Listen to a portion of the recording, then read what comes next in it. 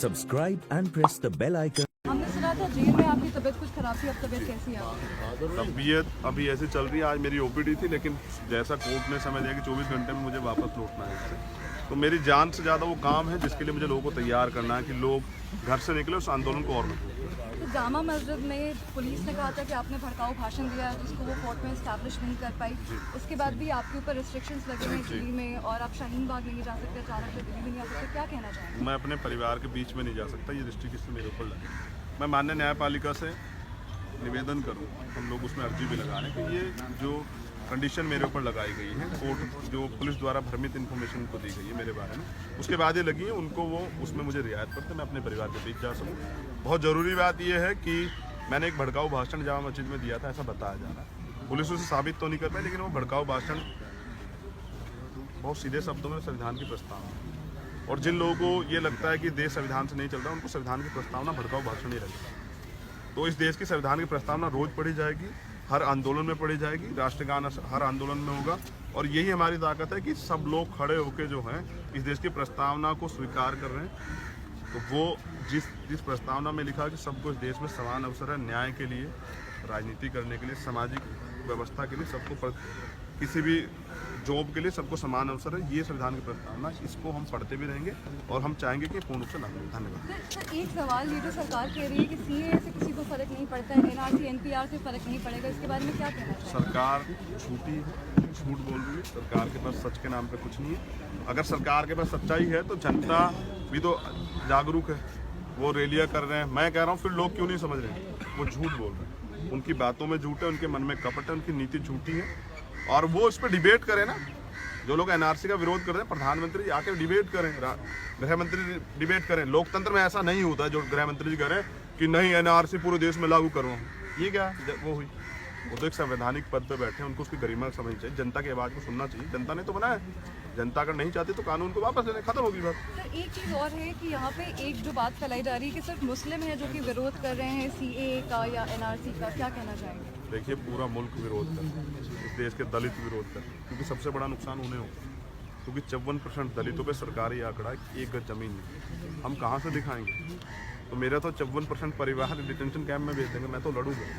और मैं नहीं लड़ रहा हूँ, पूरा देश लड़ रहा है, सिख लड़ रहे हैं, हमारे गुर्जर समाज के लोग यहाँ खड़े हैं। आप आइडेंटिटी लेंगे तो आपको पता लगेगा कितने लोग लड़ रहे हैं। सब लोग लड़ रहे हैं, और वो पढ़े लिखे लोग लड़ रहे हैं जो पीएचडी कर रहे हैं, जामिया के बच्चे लड़ रहे हैं, जेएनयू के बच्चे लड़ रहे हैं, डीयू एएमयू के बच्चे लड़ रहे हैं, इलाहाबाद यूनिवर्सिटी के, बनारस यूनिवर्सिटी के बच्चे लड़ रहे हैं, और वो सब यही कह रहे हैं कि काले कानून को हम लोग स्वीकार नहीं करते, धार्मिक आधार पर बंटवारा करता है। मेरा तो, मैं जहाँ रहता हूँ वहाँ तो ये एक मिलीजुली आबादी है जिसमें हम लोग बड़े अमन चैन से रहते हैं, हम इसको खोना नहीं चाहते। सरकार ने जो बंटवारा पहले सियासी लोगों ने 1947 में किया था, दोबारा नहीं होगा। जब तक हम लोग हैं, जब तक मैं जिंदा हूँ, तब तक तो नहीं। बहुत बहुत दिल्ली में चुनाव लड़ेंगे? बताएंगे, बहुत जल्दी बताएंगे। चंद्रशेखर आज़ाद हैं, उनसे बात करते हैं। चंद्रशेखर जी, आप ये बताइए, आप जिसको कह रहे हैं कि देश विरोधी कानून है, काला कानून है, मगर गृह मंत्री ये कह रहे हैं इस कानून से भारत में रहने वाले ना मुसलमान नहीं आराम से वो सही कह रहे हैं, इस जगह वो सही कह रहे हैं। सीएए से भारत में रहने वाले लोग खतरा नहीं है, तो मैं कह रहा हूँ एनआरसी की क्या जरूरत है? एनपीआर क्या, सीए लागू कर दीजिए। अगर वहाँ कोई तकलीफ में उसको ले, यही तो भारत की ताकत है कि अगर किसी को भी सताया जाएगा तो भारत उसको सम्मान भी देगा, रहने की जगह भी देगा। पहला भी हमने किया। लेकिन आप अगर ये कह रहे हैं कि एनआरसी होगी देन सीए लागू होगा, मैं कह रहा हूँ असम में जो हुआ है, 19 लाख लोग निकाले, कहा था करोड़ों घुसपैठी है, 14 lakh 14.5 lakh SC OBC minority जिनको तथाकथित हिंदू कहा जाता है, वो लोग हैं। उन पे सरकार क्या करे? सरकार बताए। वो कैसे निकले ये भी सरकार बताए। 4.5 लाख मुसलमान, उनके लिए क्या कर रही है? उनकी जान की जो कीमत जो है उसका मूल्य क्या है? जीवन का मूल्य उसकी क्या अर्थ है? उसको डिटेंशन कैंप में क्यों रखा गया है? उनके साथ वहाँ क्या हो रहा है? उनको सुविधाएं मिल रही है नहीं मिल रही है? उनके अधिकार क्यों खींच गए गए? इन सारे सवालों का जवाब देने के लिए प्रधानमंत्री को कह रहे हैं कि डिटेंशन कैंप बनेंगे। झूठ बोल रहे हैं। कर्नाटक में डिटेंशन कैंप बना, सुप्रीम कोर्ट का एक आदेश है, हमने पढ़ा, अखबार में था, वहाँ उसमें बने हुए हैं। पश्चिम बंगाल में बनाने की बात कर, ये झूठ बोलते हैं। इन्होंने सच बोला कहाँ है? हमेशा से झूठ बोला प्रधानमंत्री ने, गृह मंत्री ने हमेशा से झूठ बोला। क्या क्या नहीं झूठ बोले? 2 करोड़ रोजगार देंगे, दिया। देखिए कितने बेरोजगार लोग खड़े हैं। कहते थे हम सबका साथ सबके विकास की बात करते हैं, आज मुसलमान ऐसे सुरक्षित महसूस कर रहा है, दलित ऐसे सुरक्षित महसूस कर रहे हैं, पिछड़े वर्ग के लोग ऐसे सुरक्षित महसूस कर रहे हैं। ये कौन सी बात है? आप कहते थे महंगाई कम कर दें की प्याज 200 रुपये किलो हो रहा है, कोई बात नहीं कर रहा है। कह रहे थे रुपए की कीमत जो है देश के सम्मान से, रुपया देखिए कितने निचले स्तर पर चला गया। तो आप लगातार जो कह रहे हैं वो उसके अपोजिट काम कर रहे हैं। तो मैं कैसे नहीं मानूं कि जो ये कह रहे हैं कि इससे किसी का नुकसान नहीं होगा, पूरे देश को नुकसान हो। नोटबंदी की बात की थी, 15 लाख रुपए देने की बात की, सब में जीरो।